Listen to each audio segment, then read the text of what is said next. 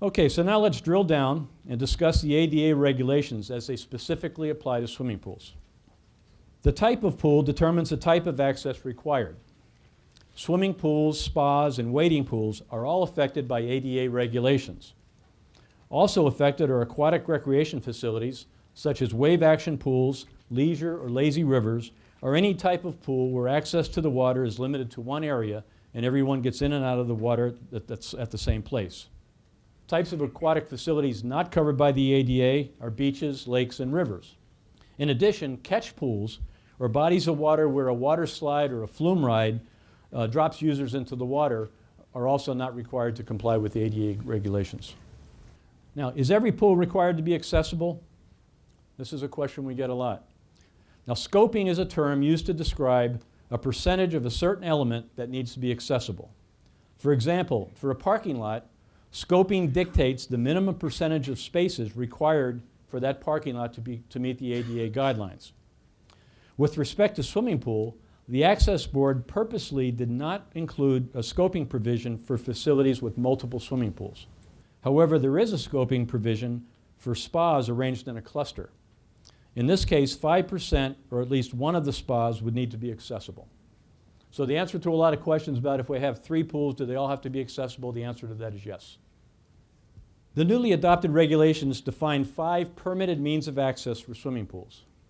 They are sloped entries, swimming pool lifts, transfer walls, transfer systems, and accessible pool stairs. Of these, only swimming pool lifts and sloped entries are considered primary means of access. A primary means of access is the only type of swimming pool means of access that can be used by itself.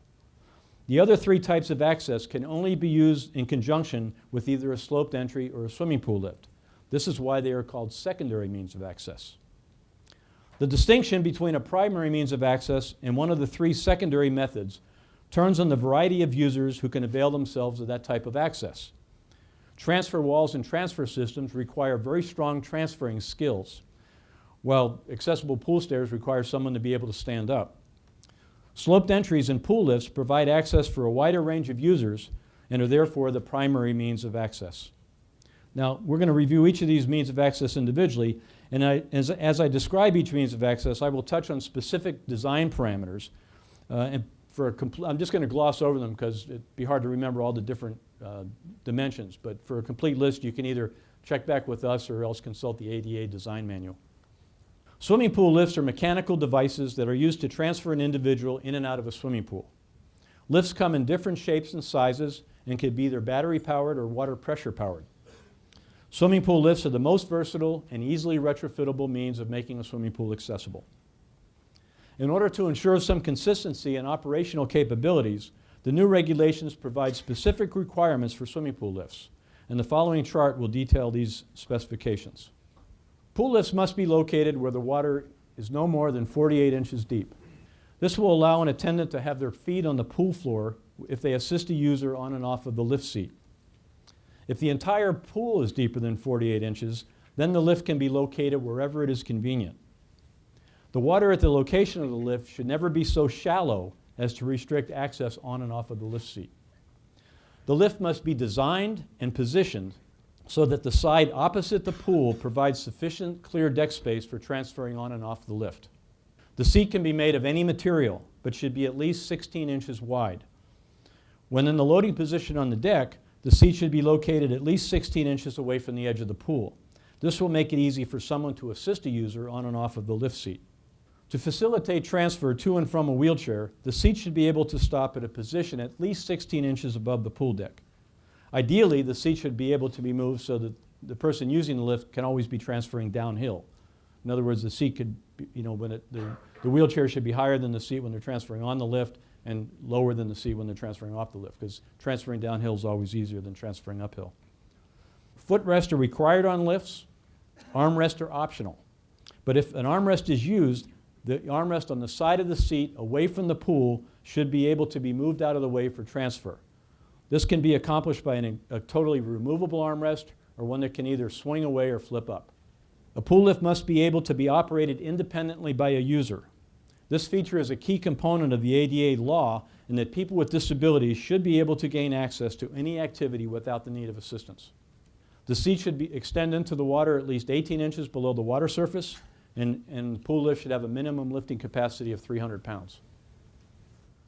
Now just a quick word about ADA compliant. This is a term that many manufacturers use to describe their products. When a pool lift is advertised as ADA compliant, this does not necessarily mean that that lift will make every swimming pool accessible according to the regulations. ADA compliance is a partnership of the individual swimming pool and the chosen means of access. Not every means of access is always going to result in an accessible facility. For years, zero-depth entries have been considered to be ADA compliant. However, unless the slope meets the stated requirements and the required handrails are in place, that pool will still need to address its barrier removal responsibilities. If we look at this chart, the highlighted sections are elements that are more or less pool-specific. In other words, they are unique to each individual installation. A swimming pool lift that will provide an ADA compliant in one pool may not do so for another. So for example, if a swimming pool lift is capable of lowering the seat 25 inches below the deck, and the deck to water distance for a specific pool is 6 inches, you would need to add that 6 inches to the 18 inches submerged depth that is required. This would require the lift to lower the person 24 inches below the deck. So in this case, that pool lift would provide an ADA compliant installation. However, if the deck to water distance of that pool were 10 inches, then this lift would only lower the seat 15 inches into the water. It would not provide an ADA compliant installation. In addition, the location of the lift will also determine if the installation is compliant.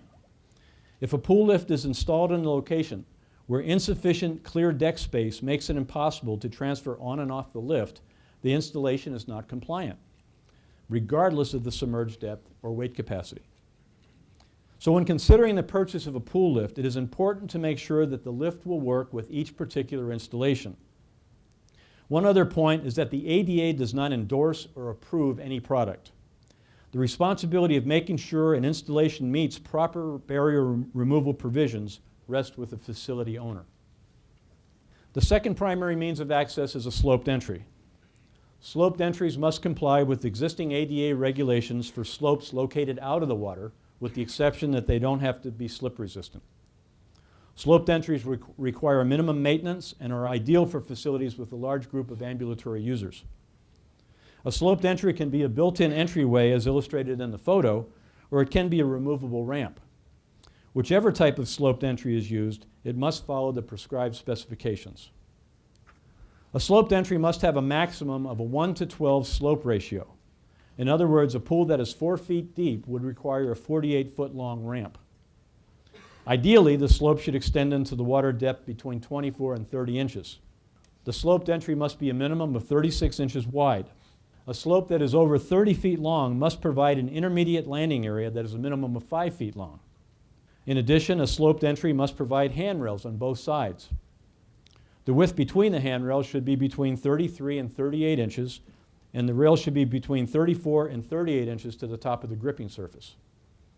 Handrails must also comply with existing ADA regulations regarding diameter, non-rotating, and height. It's not appropriate to submerge a user's everyday wheelchair into a swimming pool, as the water could damage the chair, or the chair could affect the water quality.